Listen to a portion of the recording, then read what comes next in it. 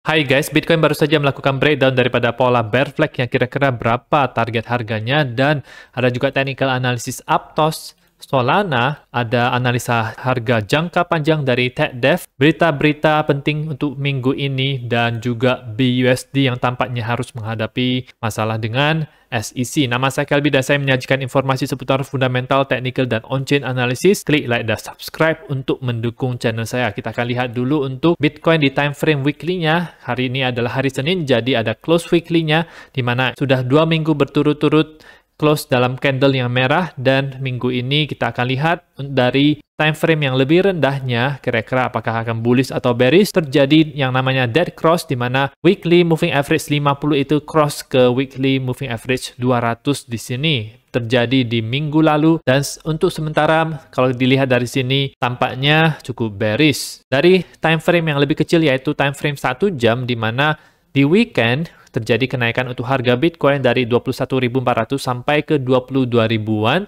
Ada rejection dari situ, dan sekarang breakdown daripada pola bear flag ini sudah melakukan retest dan kemungkinan akan ke harga yang lebih rendah lagi ya teman-teman. Targetnya adalah di kotak warna hijau yaitu 20.400 sampai 21.000. Untuk indikatornya juga RSI di bawah 50, market cipher money flow itu ke bawah dan berubah menjadi merah, momentum wave-nya juga ke bawah. Jadi Bitcoin masih tampak bearish kalau saya lihat, dan kalau kita pakai target harga daripada Fibonacci extension-nya, maka next adalah bisa ke daerah ini, tentu saja di low sebelumnya yaitu di 21.400-an, di 21.200-an, dan juga di 21.000-an, pas dengan target daripada kotak hijau ini. DXY tampaknya cukup kuat ya teman-teman. Selama seminggu terakhir dia berada dalam posisi yang naik, sehingga ini membuat harga Bitcoin itu juga turun dalam seminggu terakhir ini. Dan tampaknya juga minggu ini bisa diawali dengan penguatan daripada DXY. Indikatornya juga dari RSI di atas 50, market cipher momentum wave-nya mengarah ke atas, dan money flow-nya juga mengarah ke atas. Perlahan-lahan mau menjadi hijau ya teman-teman. Sekarang kita ke technical analysis koin Aptos, di mana koin Aptos tampaknya sudah menyelesaikan yang namanya wave 1 besarnya itu. Jadi sekarang adalah wave 2, jadi ini adalah wave 1-nya. Kemudian ada wave 2, dan wave 2 itu bisa ke daerah Fibonacci 50, 61,8, dan juga 78,6. Ada supply zone yang saya taruh di sini di kotak warna hijau ini. Support pertama yang mungkin ada bounce adalah MA50 di harga $10 dan MA100 di harga $7,5 yang bertepatan dengan kotak warna hijau ini, dan juga supply zone ini, dan berada di antara Fibonacci yang cukup bisa menjadi buy zone yang cukup baik buat kita. Jadi kemungkinan bisa akan ada bounce yang cukup lumayan ketika harga itu dibawa ke sini. Dari indikator sudah mulai bearish ya teman-teman. Money flow-nya itu memerah, dan RSI juga di bawah 50. Untuk koin Solana sendiri, koin Solana dia dihadang di 200 daily moving average warna biru ini di harga $26, yang merupakan support sebelumnya juga, yaitu yang ada di sini. Pas sekali dengan di daerah atas daripada kotak warna merah ini. Kemungkinan dia bisa ke harga $13-15. Ini juga berdasarkan Fibonacci retracement di daerah 61,8 dan 78,6. Indikator juga lagi bearish, RSI di bawah 50. Money flow masih merah, ada green dot sebenarnya, jadi ada kenaikan dari kemarin, tetapi posisi itu masih bearish.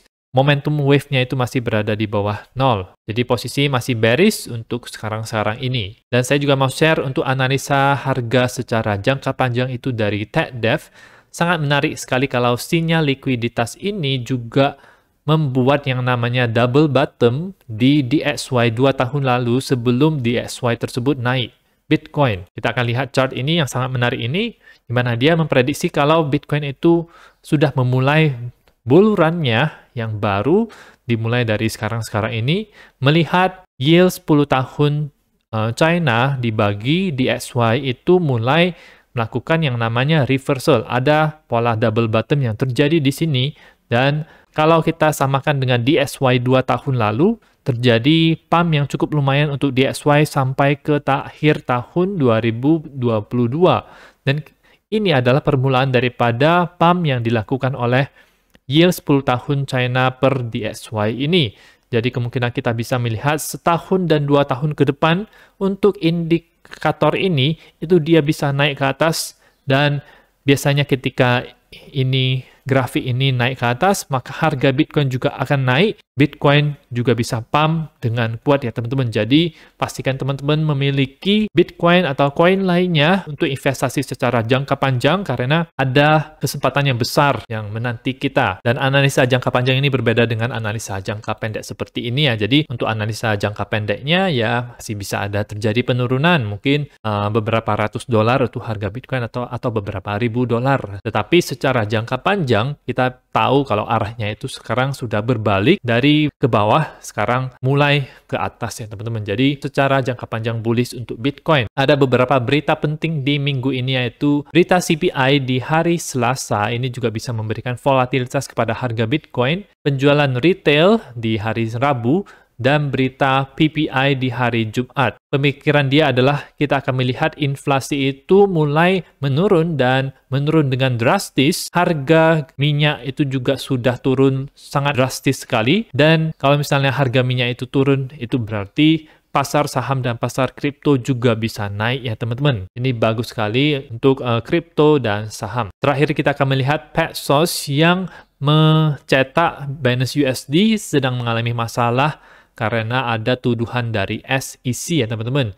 Jadi, diduga kalau Binance USD ini merupakan sekuritas yang tidak terdaftarkan, sehingga SEC itu menuduh Paxos melakukan hal yang ilegal ini. SEC akan memberikan yang namanya Wells Notice itu kepada Paxos, sebuah surat yang regulator berikan kepada perusahaan-perusahaan terhadap penegakan hukum. Berdasarkan Investopedia, Wells Notice itu ketika diterima, maka yang dituduh itu, di mana dalam hal ini adalah Paxos, itu memiliki waktu 30 hari untuk merespon melalui jalur yang legal seperti Wells Submission yang berisi argumen-argumen di mana tuduhan tersebut tidak seharusnya diberikan kepada Paxos ya teman-teman. Jadi ini ada masalah besar yang dihadapi oleh Paxos sekarang ini, dan ini juga bisa memberikan FUD kepada kripto sebenarnya, apalagi ini menyangkut Binance.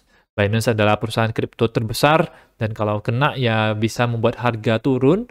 Mungkin tidak akan crash ya teman-teman, atau BUSD-nya itu crash gimana, karena kita tahu kalau Paxos itu cukup reliable dari yang saya dengar, dan juga Binance juga kan perusahaan terbesar, jadi menurut saya akan aman. Tetapi FUD semacam ini bisa membawa harga turun secara jangka pendek. Paxos ini merupakan pemilik dan yang mencetak BUSD, merupakan stablecoin yang dijamin oleh dolar. Lumayan lama bekerja sama dengan Binance sejak tahun 2019, merupakan stablecoin terbesar ketiga dengan market cap sekarang 16 miliar dolar. Kita akan pantau terus untuk berita ini, dan semoga tidak menjadi FUD yang terlalu besar dan merebak kemana-mana ya teman-teman.